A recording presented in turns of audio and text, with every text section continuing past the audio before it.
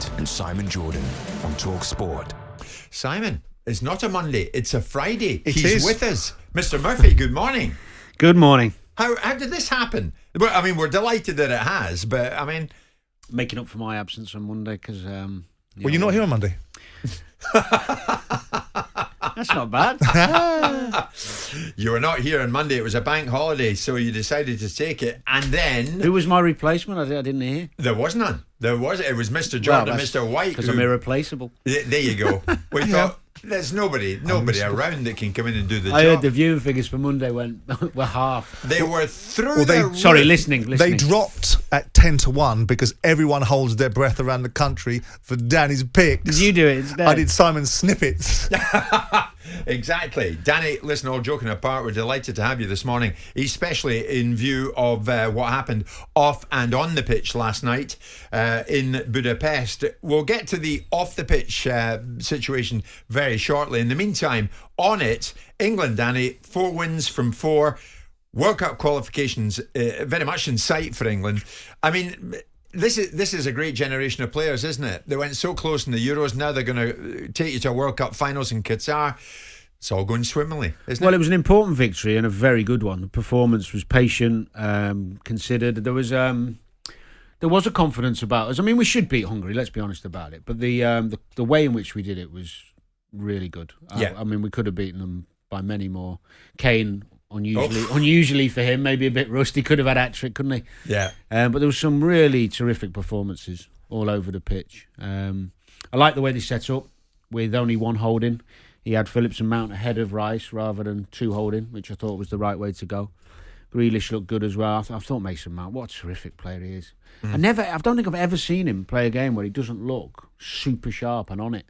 Never gives the ball away. Sure. And his running off the ball is terrific. But also, Sterling getting the first goal was key to the performance. Just opened them up. Then it's one of those teams that scoring the first goal against is key because they play so defensively. So yeah, overall, from a footballing perspective, it was a great win. It was a really it was a very impressive really positive win. No other way to describe it. Simon, what about this? This was doing the rounds on social media last night. If Jack Grealish had still been at Villa, well, he wouldn't have started. Now, is there anything in this? Grealish, all of a sudden, £100 million player, goes to Manchester City. What happens? Gareth starts him. Because he's moved up the pecking order in terms of club, has that moved him up the pecking order internationally? No, I don't think so. I think perhaps there's a relationship that's being built over a period of time between Southgate and Grealish, where perhaps some of Southgate's perceptions, based upon the player himself and his antics, both on and off the pitch. Wasn't so long ago, he was standing on the side of the road in a pair of slippers, was there? And looking at him as an overall all-rounded package and seeing that if Pep Guardiola has him in his team and he's started the season well, then why shouldn't we be embracing what could be the next version of Jack Grealish from very good footballer to a rounded professional international footballer?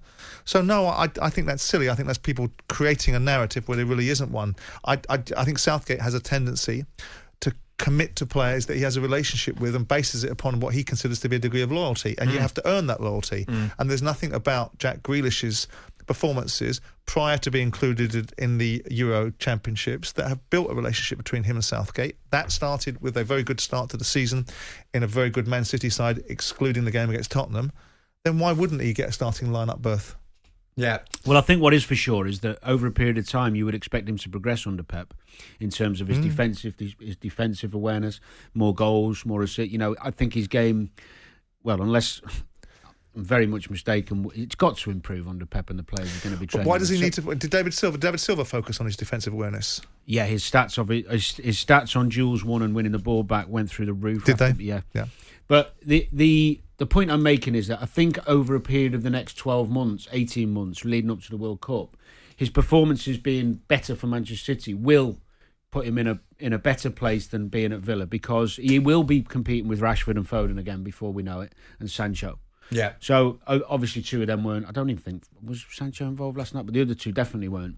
So it was an obvious one to play. The formation change as well. Yeah. But I do think that playing under Pep and playing in that Man City side, playing in Champions League, will give him much more experience and game wisdom to then the take finals. take forward. Yeah. So then, if there is a choice between someone like Rashford playing at his best, who Gareth really liked, I know he didn't play in the Euros, but when he's at his best playing off that left, playing Champions League for Man United, right. If Grealish is playing at his best and playing Champions League, that comes into the mix. Nice problem to have, then, isn't it? Yeah, it's a great problem. Yeah, but Sancho wasn't involved at all last night. No, I think he had a little injury, but right. I like Grealish. Yeah. When he plays off that left hand side. So listen, are they going to come good in Qatar, Danny? Is this it? I mean, so close in Russia, so close at the Euros at Wembley. But is this the time? You would hope we'd be really competitive in the finals, but it's a very unusual one, isn't it? Because we're going to be looking at serious heat. I made that point the other day, and someone corrected me saying actually the temperature at that time of year is much milder than we would give credit to. Well, 20 degrees, 21 degrees. Yeah, air-conditioned stadia as well. And, you know, it will be pretty much as you'd expect. More importantly than that, what I was going to say was that it's like everything, isn't it, in football? It's timing. Yeah. So if your best players are available and playing well at the time, we can sit here now and hypothesise about how we might do. Right. But if a month before the tournament we lose Maguire and Kane... Sure. All things being equal... If all things are equal and we have the best players available and the other sides are the best players available, my view, without wanting to be negative, is we had two phenomenal opportunities available to us in the World Cup and the European Championships, and we didn't take either. And we had wonderful draws that gave us and afforded us the opportunity that perhaps that in previous tournaments we've had more difficult draws, and I think that somewhere along the line Southgate is going to get a draw that doesn't favour him. Now, people can say that the German draw in Germany always has a challenge, but this was not a German side that is one to be reckoned with in comparison with previous German sides. So we beat the teams with the greatest respect at an almost home tournament, with the one game being away from home, the Ukraine, which was probably the perfect game to be away from home because the expectation wouldn't have got to the players in the same way it would have done if they were playing in the UK. We beat who we should have beaten. And we lost when it came to the business end. And I think we've missed our opportunity. No greater opportunity to have won a tournament than a tournament that's ostensibly at home. Do you think it's come and gone? Well, look, like Danny says, if we go into the World Cup next year and the other sides lose their key players and we get a good draw again, why not? Yeah. What I saw last night was a very, very composed, slick, stylish, balanced, very strong England performance. Sure. Very, very good international performance. Yeah. Looking very, very good. Andorra and then Poland. My goodness, England, though, seriously impressed on the pitch last night. But what about off it? We'll look at that next. Friday morning, Jim White, Simon Jordan, Danny Murphy. We're live on talkSPORT.